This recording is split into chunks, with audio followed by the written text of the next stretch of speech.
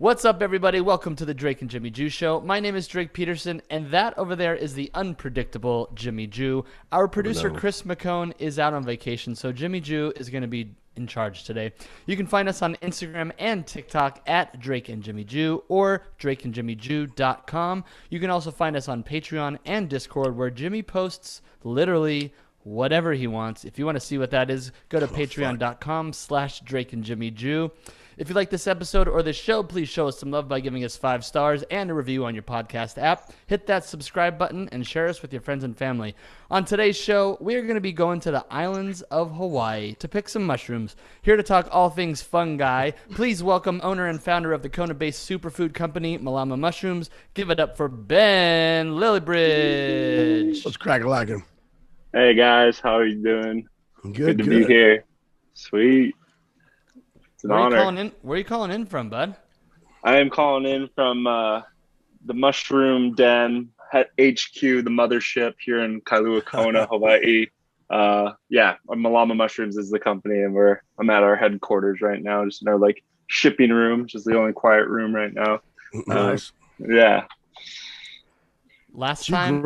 All right, go ahead, Jimmy. Go ahead, Drake. I was just saying, last time we tried to do an interview on the Iration podcast, you were in Texas when there was no power. Yeah.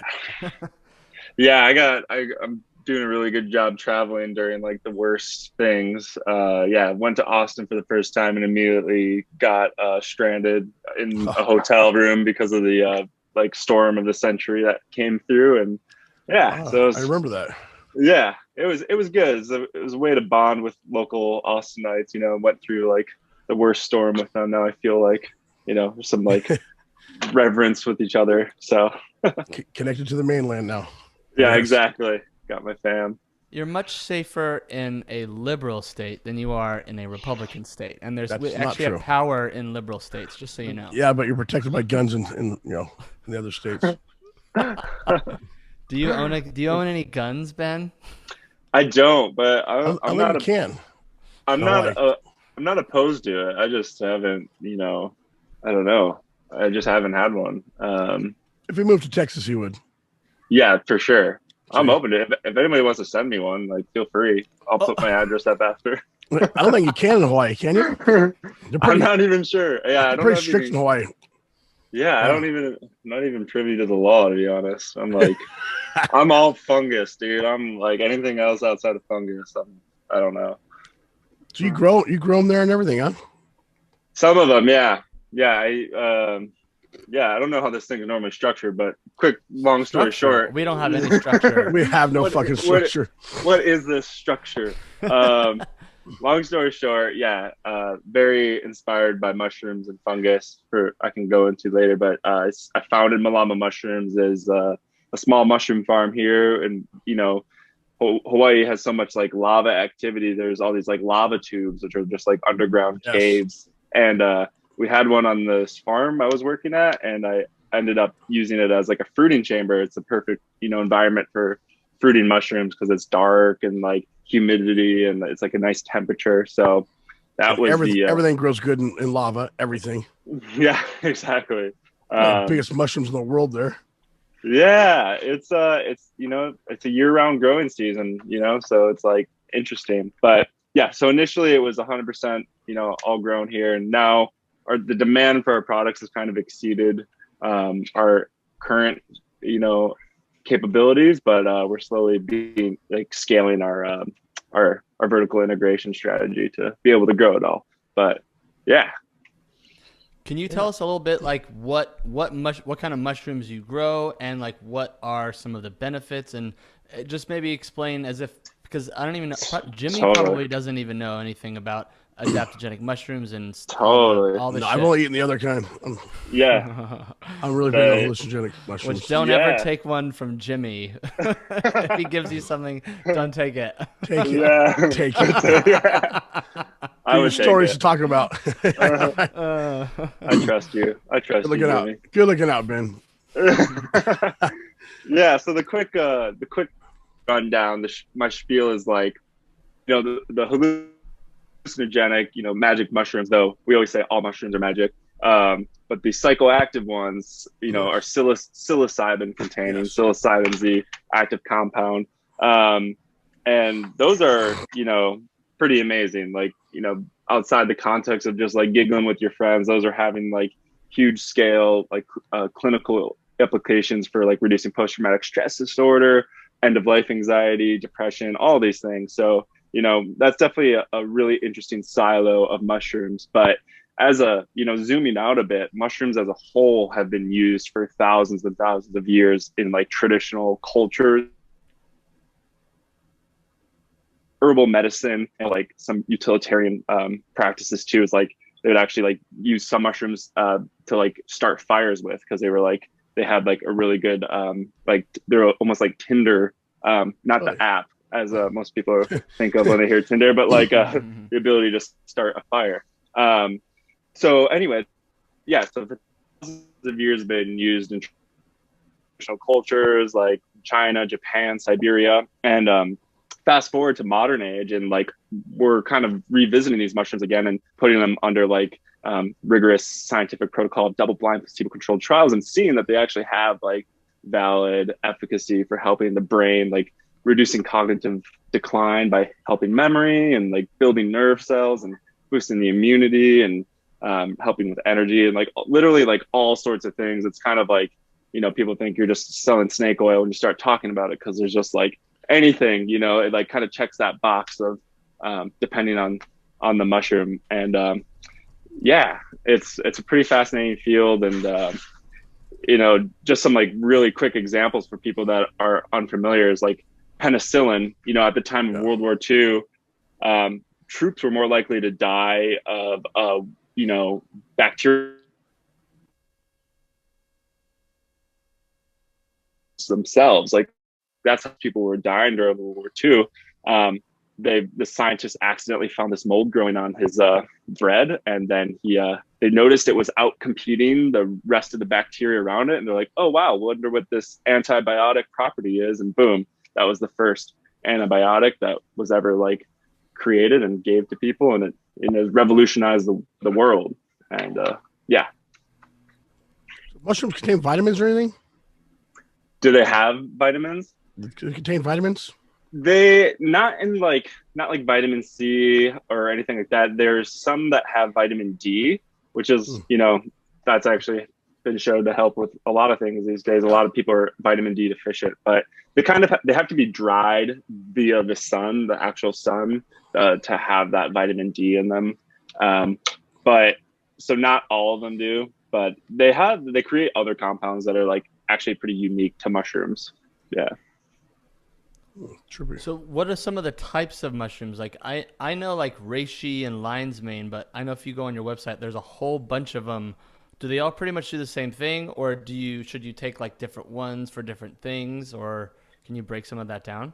Totally. Well, you mentioned reishi right off the bat, and I just happen to have a reishi here right in front of me. Whoa, so I'll just show, little show and tell. So, most people that hear mushroom, they think of, either magic mushrooms or like, the ones on top of pizza. But a lot of these medicinal ones, they're not that soft, fleshy like fungus. They're actually like really hard and, don't look like your stereotypical mushroom. And one of the oldest in traditional medicine, been shown to help with like stress, fatigue, anxiety, and like helps you sleep. And then Drake, you mentioned lion's mane, which is another popular one that helps with brain and nerve function. And yeah, each of them does their own kind of unique thing. Though they all have evidence showing to help with immunity. And reishi and lion's mane are definitely the top two best, like most popular, I guess. But the other two I try to highlight without overwhelming people if it's their first time is cordyceps, which really helps with energy, and it's gotten popular on like planet Earth because it parasitize like insects in the wild that like take over caterpillars' bodies and grow out of their heads. What? And, yeah, it's gnarly. Whoa. It's like this. It's like a zombifying mushroom in the wild. But long story short, Sherpas living in the Himalaya found it growing wild and like began eating it and noticed it gave them increased energy to live at the high Himalayan altitude. and it like snowballed to become this like world-renowned tonic for helping vitality, and honestly increases men's libido. So the price for it like skyrocketed, and like it kind of became a gnarly, violent market until they figured out how to cultivate it. So luckily, we only work with the cultivated version. So I'm kind of like going a mile a minute rambling, but anyway, yeah. So we sell, yeah. So like Malama Mushrooms, our offering is all those mushrooms. We sell it individualized in powderized form, because like, you know, this is like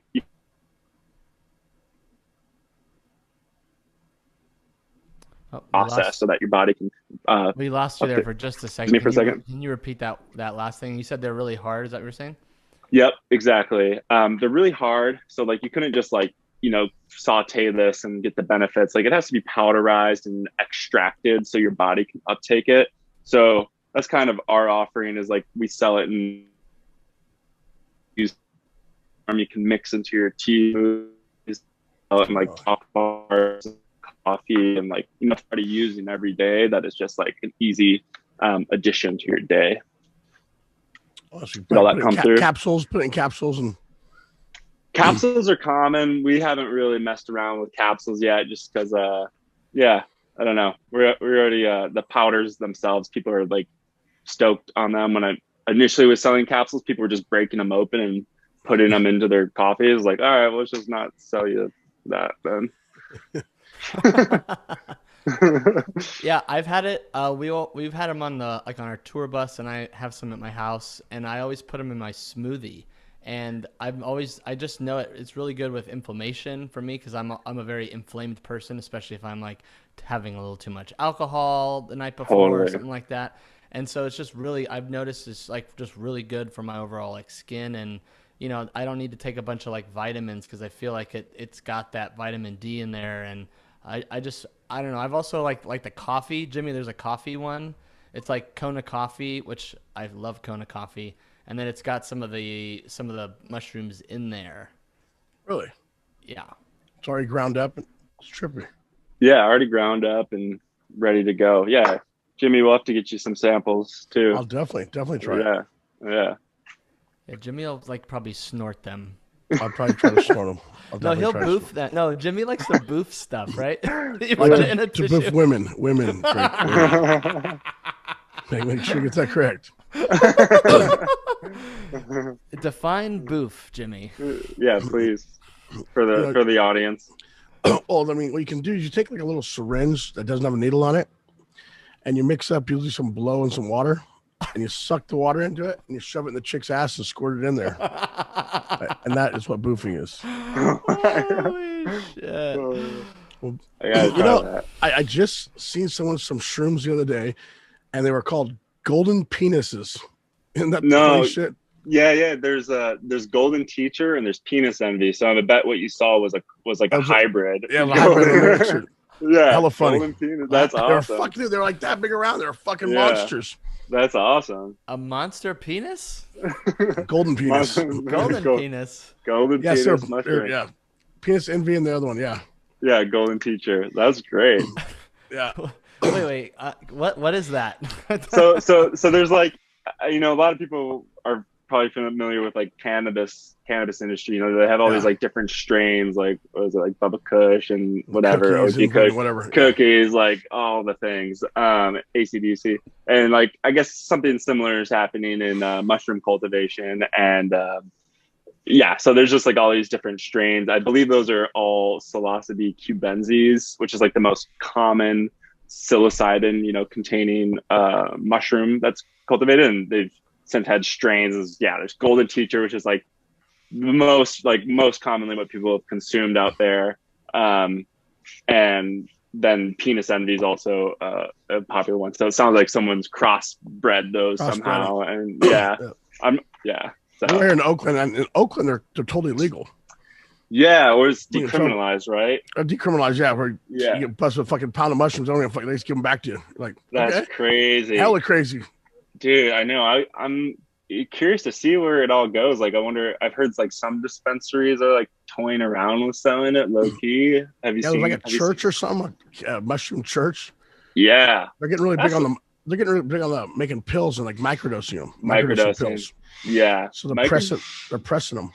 Yeah. Microdosing is interesting. That's probably something worth bringing up is, that's like microdosing is this, taking, they say between 100 milligrams and 1,000 milligrams. So, less than a gram of mushrooms. And it's like, the whole idea is just like enough to kind of like slightly alter your biochemistry, but you're still functioning and like able to like operate or like be a parent, like you can still go about your day and work and be, coherent and lucid, but like you there's a noticeable perceptual shift that is like, I don't know, it's intriguing. It can be useful. Brain expanding and stuff too. It really gets you out there. Like, yeah, it does. Totally. Yeah. And for people that are curious, there's a lot of research out there with like regimens, like, like 4 days on, 3 days off. Yeah. Paul Stamets has a regimen, but I always tell people like, definitely don't discount, setting aside a weekend to do a macro dose, like by yourself in your room, like really go to outer space and chat with the aliens out there. Like on the forest. Rock City, exactly. Rock City, the forest, all the trees are cool looking. Yeah, exactly. Did your love for mushrooms get started because of maybe psilocybin, do you think? Maybe, Drake, maybe. You guys gonna send this to my mom? Or... I know, right? No. Mom, don't listen to this podcast. Yeah. Totally. Like, yes, psilocybin was definitely part of it. I actually, the first thing that like intrigued me was I saw Paul Stamets' TED Talk. He's this, for those that don't know, he's this famous mycologist that has done amazing things for mycology. And he just was talking about, that mushrooms can actually break down plastics in our ecosystem. Yeah. Oh. And can break down like oils, pesticides, all these things. Then like, the largest organism in the world is a mushroom. The mushrooms like can survive in outer space. And like the thing about penicillin and like mushrooms medicine, like all these things are like, wow, this is a really like fascinating subject that like I literally never paid attention to my whole life. And soon after that, a friend taught me how to grow psilocybin in my dorm room. And that kind of, that first psilocybin experience, I was always very scared of psychedelics. And that was just like such an amazing introduction. And I was just like, it was the first time I've ever like, broke through the veil, experienced like true magic. And it like forever changed my life, for many reasons. And just wanted to make it my life. So that was, I remember mushrooms. We had our septic tanks at a ranch for a while. And we grew a big mushroom inside the septic tank, which ate all the shit. So normally, the big pump comes and has to pump your shit out of your septic tanks like every couple of years. Shit, when we grew the big, we put this shit in there, and a big mushroom grew in there, ate the shit. What? And, yeah. And then that would it empty? So then would that tank be empty, or do you have to remove the fungus? No, they'd come in and chop it up with the big pump thing. Whoa! But it would go an extra 2 years without having to pump it, because that's crazy. It would eat the shit, and then you have a leach field, so you kind of like the extra water shit goes out into the nowhere. Whoa, that was trippy. That is tricky. I've never heard of that, but it makes sense because it can grow on. It breaks down like E. coli and like some of these like harmful microbes too. So that like totally makes sense. It's dark and humid. It's perfect. Dark, yeah. They love nitrogen. Feces is nitrogen rich, so that's crazy. So is that kind of what they're doing inside your body? Is they're kind of like sucking up all the toxins and whatnot when you put them inside and you ingest them? So. This is a good time to talk about like, all mushrooms are fungus, but not all fungus is mushrooms. So like fungus is like the kingdom. And then there's like, you have your like yeast and bread molds, the things that make beer and kombucha, and you have like mushrooms. And, there are definitely such things as bad fungus, out there, like athlete's foot. And that's like an innocuous example. There's like really harmful fungus out there. That like yeast infections. With his make you feel better. Drake, I think your pH is off. But yeah, so there's you know, there's a whole spectrum there. There's something to acknowledge. You know, there's a dark side to this world. But like for like the mushrooms, like, you know, that you eat that have benefits, or the ones that like Malama mushrooms we sell, it depends on the compound. It doesn't actually, the compound itself, like in the case of we'll take beta glucans, which is like in all mushrooms that you eat that has the immunomodulatory benefits. It's not the compound itself that like kills off in your body. It actually like, it almost like threatens your immune system, so that your immune system picks up and turns on, and then will you know, fortify your forces to you know, be strong. So that's how that works in the case of the immune system. But other things like the compound in lion's mane that's called hericenones and erinacines that are shown to help with brain activity. I'm not sure the biomechanism, how that works exactly, but it ends up building new nerve cells and yeah, regenerating damaged nerves. So yeah, again, like each mushroom itself has its own unique, like special force of how it works. It's pretty interesting. On your website describes all that stuff. Yeah, and we have a blog that, you know, depending on which one you want to learn about, you know, it has that. We've done the most on lion's mane just because it's there's a lot of good science on lion's mane and like human studies that are, you know, all good.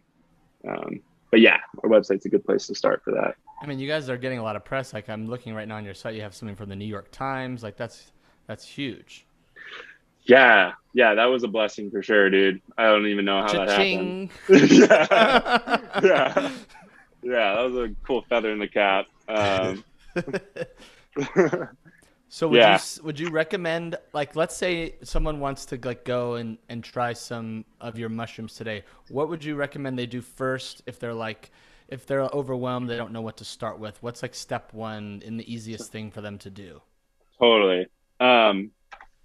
So our popular seller is this thing called the 8 mushroom mix. It's actually like 8 of the mushrooms ground up, powderized, extracted to be bioavailable and put into one powder, so that, you know, those are like, oh, lion's mane sounds cool, reishi sounds cool. It's just like everything in one. I have one just right here. I'll just show it if that's okay. Oh, nice. Yeah, it's just like functional. Yeah. So it's like so it's just an 8-in-1 mix. That's the best place to start. If you the other, like if the lion's mane, for example, also comes, if you just want to play around with that, comes in like a cacao mix form. So it's like, you know, the cacao mixes can be a easy introduction into mushrooms because most people like have used cacao or like hot cocoa. But I definitely say the 8 mushroom mix or like the coffee is like a great place to start. I need the one for energy for sure. The cordyceps, dude. Yeah. I would love to get you some, Jimmy. I would get your feedback on it because it's potent. Like you definitely notice it, and it's cool. It's not like a traditional stimulant that it's like, you know, tweaky or nothing. Yeah, tweakier. It's just like you just got an extra gear to like go into and, you know, carry through the day. That's what I need. I just woke up from a nap. You look good. Thanks. We love our uppers on. I wake up like this. He's glowing. Yeah. No, said you love uppers. Yeah. Yes. I don't know. Like Jimmy and I both don't really like. We don't smoke pot or anything, but you know, we like the uppers, I guess. Yeah, right. That tour bus has not left a few times because of us. Oops. That's Oops. funny. All right. Oops. What does Malama mean? Oh yeah, great question. So Malama is the Hawaiian word for protect, preserve, and nurture. And obviously from my spiel, that's what mushrooms do for us. And we're in Adverse, we're also doing that for mushrooms. Quick tangent, you know, of the world's total fungus, you know, I've listed all these crazy things, you know, about like brewer's yeast and kombucha and reishi. All of those only fall under 7% of the fungus in the world. We've only discovered 7% of the world's fungus. So that means there's still 93% out there that hasn't been discovered or identified yet. And it's a really fascinating field, because like your average everyday citizen just walking in the woods could find and make a discovery. Jimmy, you're in the East Bay. That's a great place for like citizen science out there, in like the Oakland Hills. Marin, Marin, yeah. There's a guy, Alan Rockefeller, who's based in Oakland in Mexico, and he bounces between those, and he's like, you know, he doesn't have an academic background in mushrooms, but he's making like huge strides in the world. So all to say is like, it's a fascinating field. And in Hawaii, you know, it's the most isolated archipelago in the world with a super high rate of native plants, birds, insects, fish, you name it. And the same goes for mushrooms, but there hasn't been as much work done on the mushrooms here. So there's so much we don't know growing here in our native forest that is essentially just like waiting to be discovered. And again, no academia is working on it, no private institutions. So we co-founded this project called the Hawaii Fungi Project, which is like dedicated to, studying these mushrooms and like preserving them and hopefully getting them under like to look at them for their biochemistry and see if there's any like novel compounds in there that could be, you know, therapeutic in any way. So yeah. Now you were talking earlier about like things in beer. Can you use mushrooms to make beer? You can. So that's a fungus. That's a certain type of fungus. That's not a mushroom. However, you can add mushroom extracts to beers. We've collaborated with some breweries to do a shroom brew where we add yeah, exactly. We'll cool. Add lion's mane to it because then it's kind of funny because the alcohol is killing your brain cells and the lion's mane's building your brain cells. I love this. Maybe this could be, maybe you can help us make our first beer. Let's do it. The Drake and Jimmy Jew show beer that we call the shit show. Yes. I love it. We need definitely a lion's mane for some brain work. But I want some energy. Yeah. I want the cordyceps. We need the upper. Yeah. Dude, let's throw it all in there. Just throw it all in. You said that was the Hawaii Fungi Project? Is that what you called it? Yeah, the Hawaii Fungi Project. Okay. Is there a website for that? There is a website. It's a little neglected, but it's there. It's living in some carnation. Yeah. In some lava tube. Yeah, exactly. So if someone finds some like a mushroom, how can they find out if it's been founded or not? Is there like an app that you can use, or what do you do? Or if it's poisoned? Yeah. Poison, it's great question. Yeah, let's make that caveat right now. Like, always check with a professional if you find something and you like are thinking about eating it. It's not that there's a lot of poisonous mushrooms. The issue is the poisonous ones look a lot like the ones you see in the store. You know, they're like either white or brown button caps, you know, like, so that's something to consider.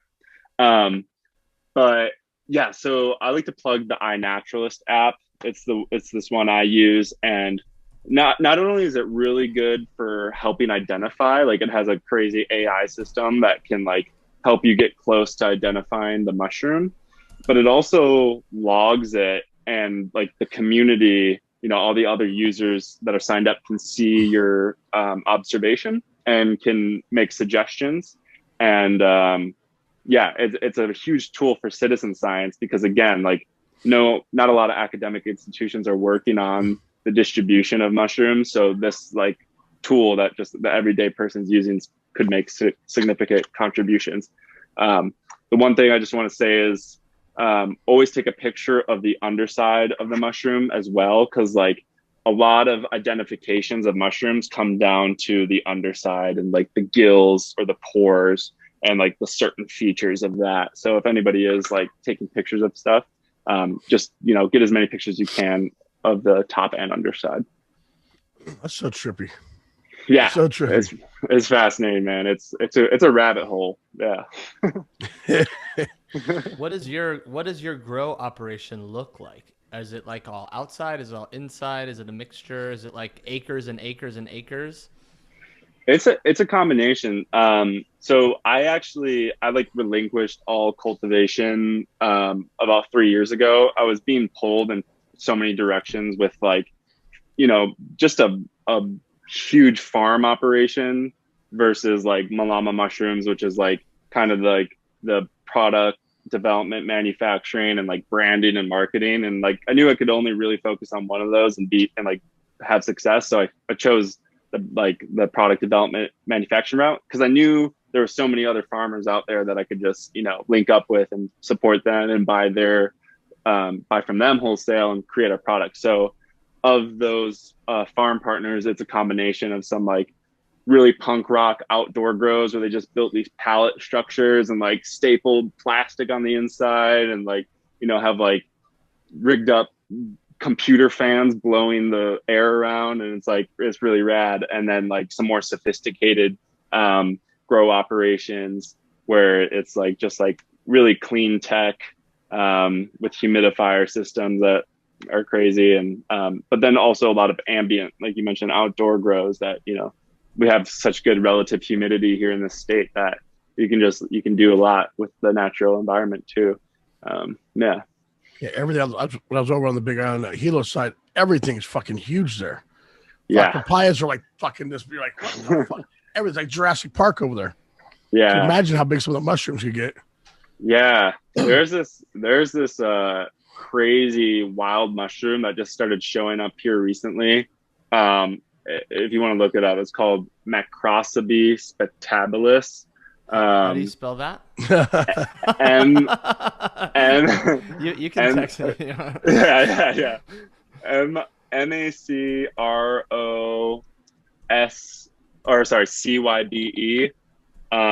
And there's like gigantea or spectabilis or titan. Just put that in. You'll probably see some crazy pictures. These are sick names, dude. I want to like start like a fucking metal band. The name called Macrocybe Gigantea. Yeah. Straight thrash metal band. Yeah.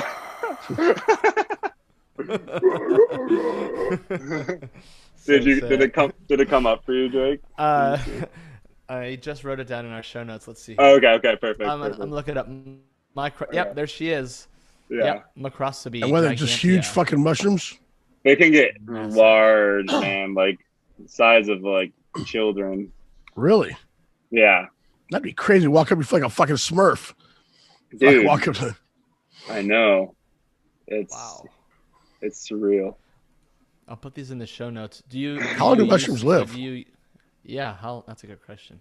It depends. Yeah, like so this reishi I've been showing you, it's called a polypore because it has pores instead of gills, but polypores can grow for like years. They can be growing from a tree, but like fleshy mushrooms that you're used to seeing, there's some like copernalis that will just like bloom and disintegrate within 24 hours. Wow, no shit. Yeah, that one's called the crumbling cap because of that. And then there's some that are like fleshy that can last for a couple weeks. But you definitely have a small window. Like I would say like your average mushroom, at least that you're interested in eating, that's wild, you probably have like a week to catch it in like a prime phase where it's like not too young and not too old that like flies and other shit are starting to like get at it. So it's just like finding a boyfriend or girlfriend. Exactly. Pretty much the exact same. That's funny. It's crazy. And then so much to know about mushrooms. I know. It's literally insane. Yeah, and I'm not even. I tell people I'm a professional amateur. Like I'm just like I'm on the periphery. I go to these like mushroom events, mushroom festivals, and like I'm just blown away by like the amount of knowledge out there. Like I don't know shit. There's so much to know. It's still relatively new, like you're saying. It's exactly. Like people are just starting to really fucking get into it. Exactly. Yeah, they thought mushrooms were plants until the 1970s. Like the fungi kingdom wasn't a thing until like 76. So like yeah, we got a lot of catching up to do. So what do you start with? A seed? I mean, they don't have seeds, so what do you start with? They have the equivalent is called a spore Okay. in for mushrooms. It's a similar thing, you know. It's like it carries all the DNA, but when it germinates, it has a totally different trajectory where it grows hypha, and then the mycelium, which is so like the mushroom's like the apple of the tree. It's, you know, it's the fruit, right? So there's a whole other part of the organism that people don't see because it lives underground, or it lives like if it's growing out of tree, it's like living in the tree, and it's it's called the mycelium, which is like this white web like structure. It looks a lot like a spider web, kind of like a really dense spider web, and that's essentially like the tree or the roots. And in the forest, you know, all the plants and trees are dependent on this mycelium, and they're actually like communicating through the mycelium. It's kind of, they call it the wood wide web, you know. It's like the natural internet, Right. because it's sending so many messages through. Like if this plant needs more phosphorus, it'll send a message through the mycelium to this other tree that's like sending phosphorus. And No it's way. just, yeah, they've done these tests where they put like tracers No way. That's yeah, fucking yeah, crazy. it's insane. It's like there's so much intelligence happening like around us that we're just like not privy to. But That's true. yeah, Yeah. That blows me away. yeah, it's incredible, man. So why all of a sudden are mushrooms now so popular? Is it because of the whole coronavirus stuff, or is it just like now that, you know, or since organic and like, you know, taking care of yourself is now like the thing to do? Is that why, or what's going on? Good question. I'm not sure, because I think there was definitely like the shroom boom, as they call it. I think was I think it was happening before the coronavirus. But I don't know exactly what. I always like to say like we're not just learning, like we're remembering about our connection to the mushrooms, because like, you know, they've been in our culture since the get-go.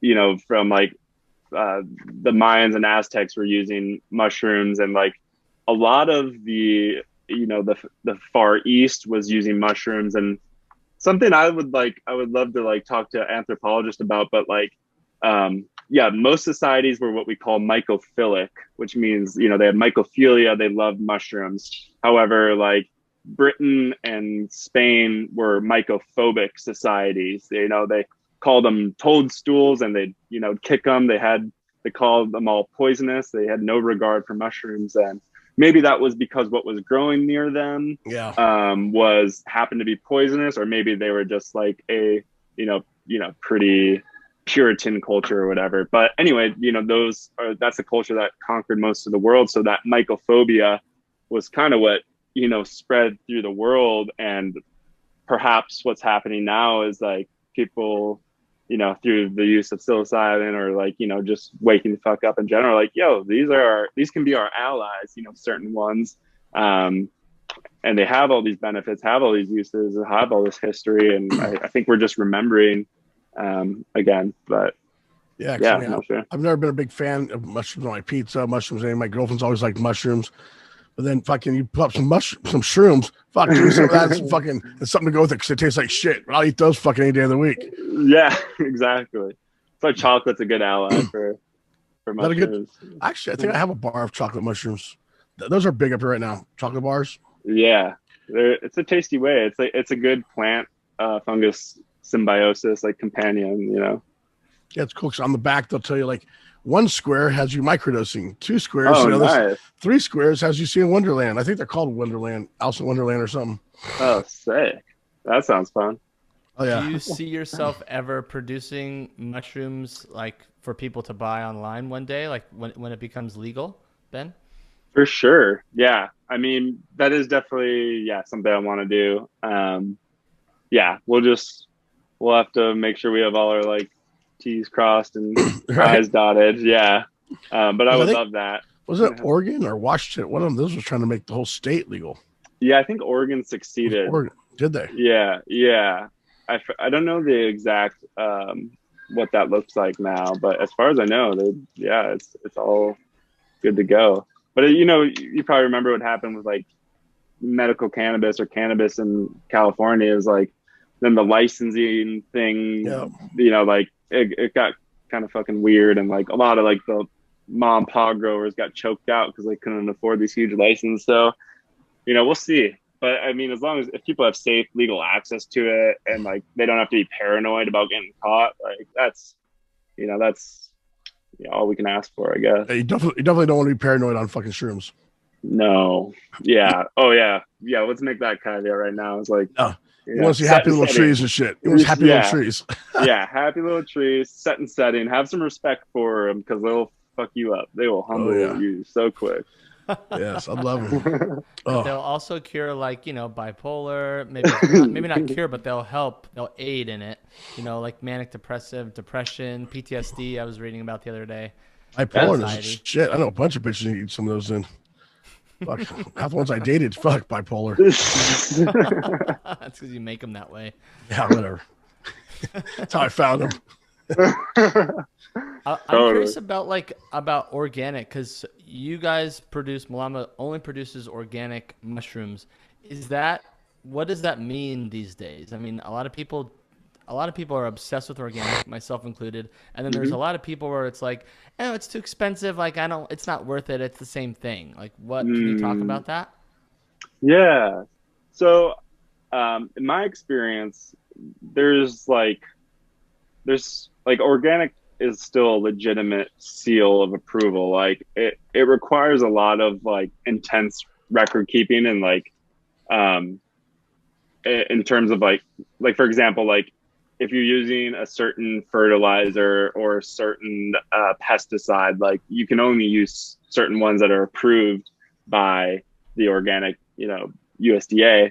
And you know, those are still like, there's still going to be like, you still don't want to eat like an organic pesticide, right? Like that could still fuck you up. But as far as I know, there's like, it's beneficial that the USDA has approved this one because it has like less of a, you know, human impact, or for whatever reason. Because we're only working with, we're not dealing with like a soil crop cycle like some farmers have, where they like, you know, maybe there was a like intense sugarcane operation there the years before that like left heavy metals in the soil. Luckily, we don't have to deal with like that because mushrooms don't grow. They do grow in the ground in the wild, but when you cultivate them, you're taking substrate, like whether it be rice or wood chips or something of that nature.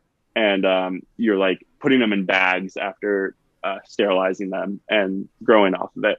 So for mushrooms, it's kind of different, and like you don't need like intense fertilizers like you do for plants. Do you use fertilizers though? You don't use fertilizers in like the traditional sense. Like from cultivators I've talked to, some will use like gypsum or honestly coffee. Like some people use coffee because of the nitrogen. You know, some people use manure because of the nitrogen. Right. But yeah, it's not like, you know, nitrogen, phosphorus, potassium, like in growing plants that you need, NPK, you need all that. So all to say, Drake, is I think organic, I don't know, like to me, like when I look at the shelf, I don't see it like that huge of a price difference, but I think it's definitely worth it.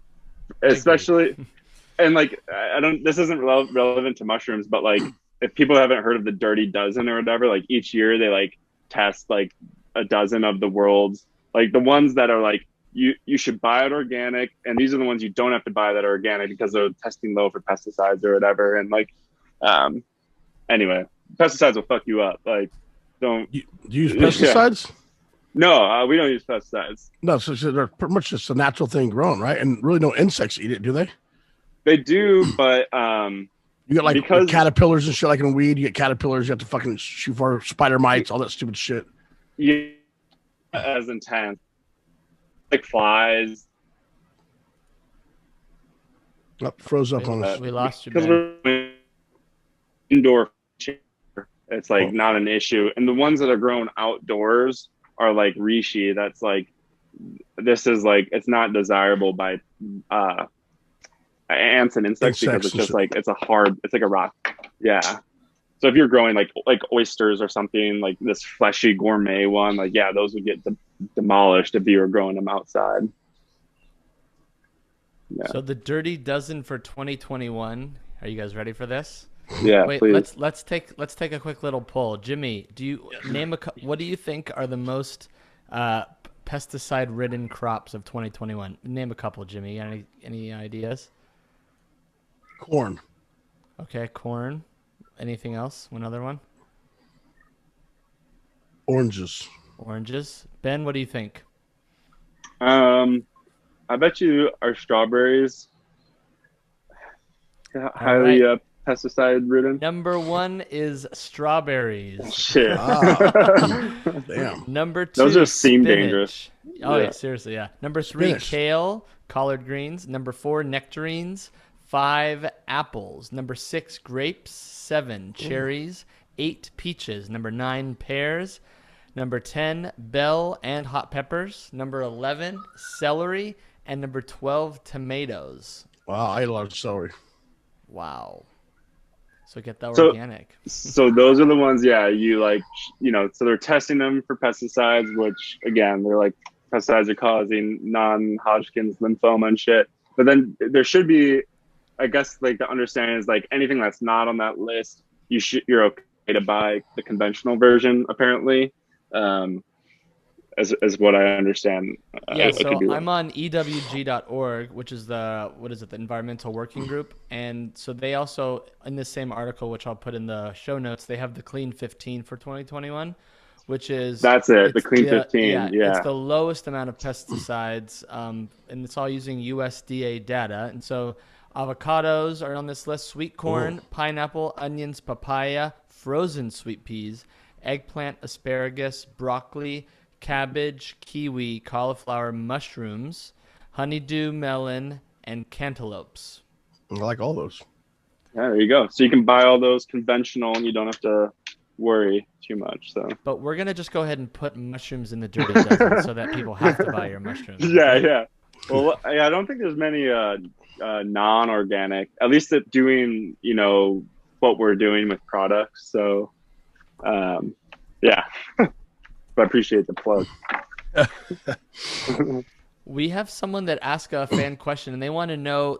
They ask about NAC, which is being taken off the shelves, and they wanted to know if mushrooms are going to be removed from the shelves, basically because like Big Pharma is wanting to like have control over it and make them. Dude, is that something that you think could be an issue once people start to realize how important mushrooms are?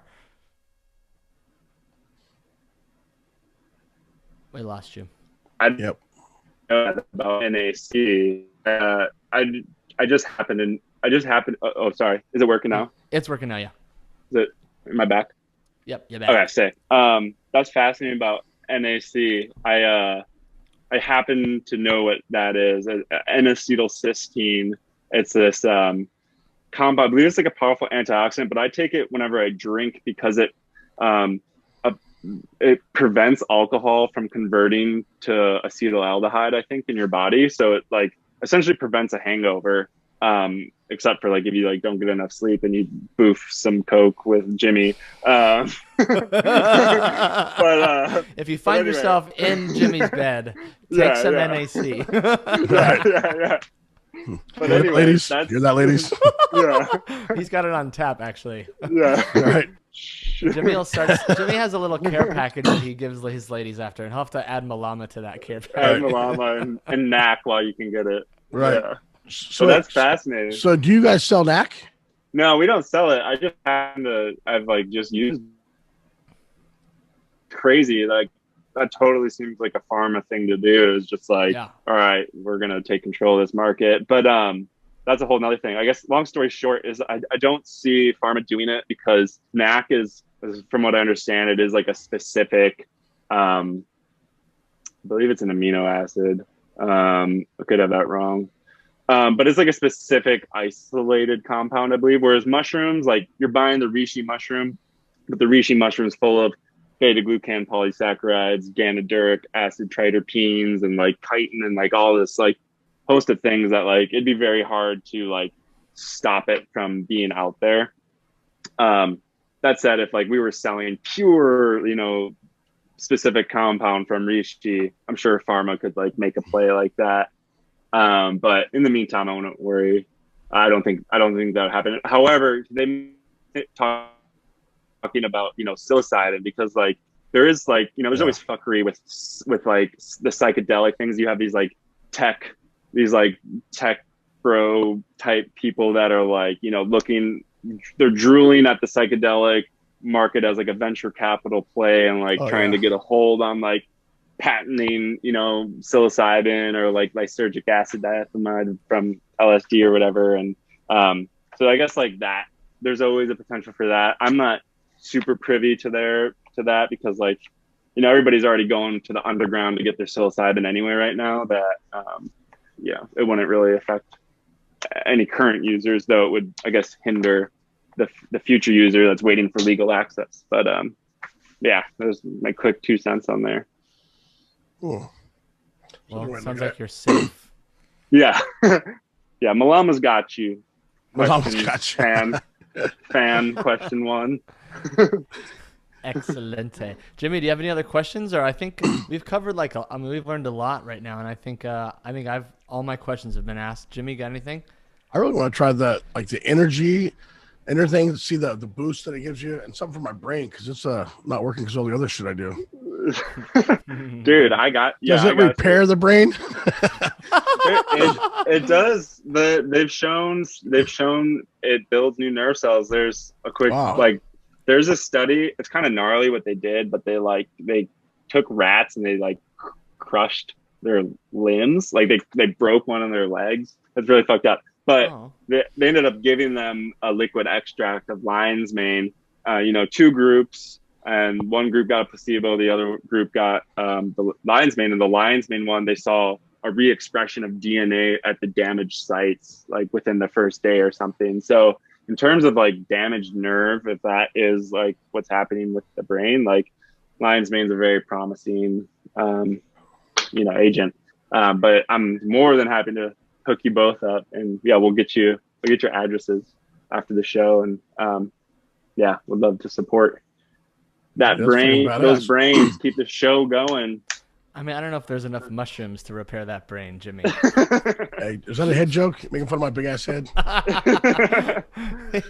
Fucking cracker. Fuck Drake.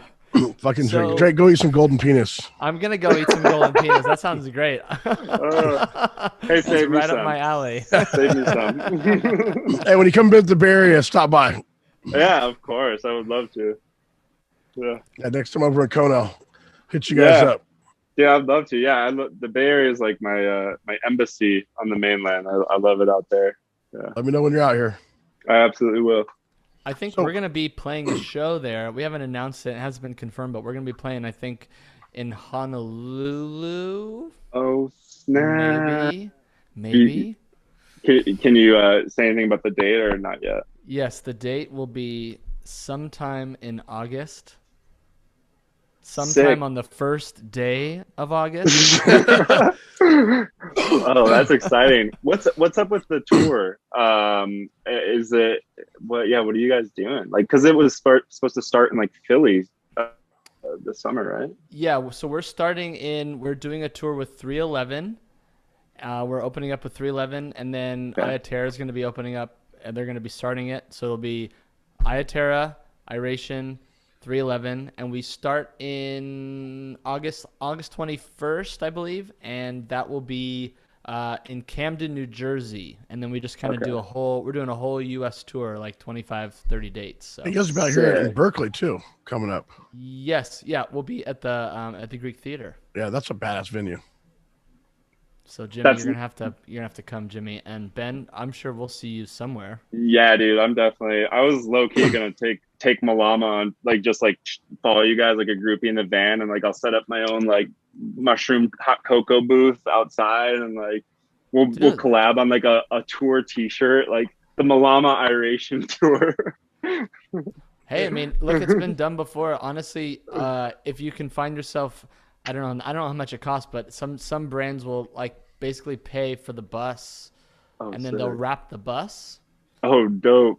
And then you know, because the bus is like it goes all over it literally drives all around the country. So that's like your ad. So call your investors, ask for $50K, wrap the bus. Yeah, we'll live stream one Rishi booth a day. Wait a minute, I got it. We'll split it. This podcast and your company, you'll get half the bus, we'll get the other half. Damn. I like it. So where can everybody find you? Where can everybody find your company? Plug. Yeah. Thank you for the plug. So malamamushrooms.com. That's MALAMA mushrooms. That's our website. We're on Instagram at Malama Mushrooms. We're always like posting fun shit on there. But yeah, the website's the best place to start. We do 20% off your first order with and free shipping with, you know, use a welcome code called literally just welcome at discount. And we always like tossing in free samples and, you know, make sure you get to try something else if you're committing your hard-earned dough to us. And yeah, that's the best place to like stay up to date. Our email newsletter you can subscribe to, and that's kind of it for now. Yeah. Can we make a Drake and Jimmy code for all of our listeners? Yeah, should we do that? What this isn't live, right? No, so we can no. Yeah, so use Drake and Jimmy at checkout for 22% off. Ooh. And Damn. Yeah, I'm making a note right now to make that. Yeah. Hell yeah, dude. This is sick. Well, we're going to post all of this stuff in the show notes. And if there's ever any time you want to come on and talk about mushrooms, or if you have any products, you're part of our family, and we appreciate you being on our show. Oh, yeah, man. Yeah, so good yeah, thanks, man. It was good to connect with both of you. Honored, and yeah, much love and aloha. I'm really looking forward to trying this. Yeah, dude, I'm stoked to get you some. Fuck yeah. I think it's going to change your world. Uh-oh. I might throw some little fucking little magic mushrooms in there too. Yeah, you oughta.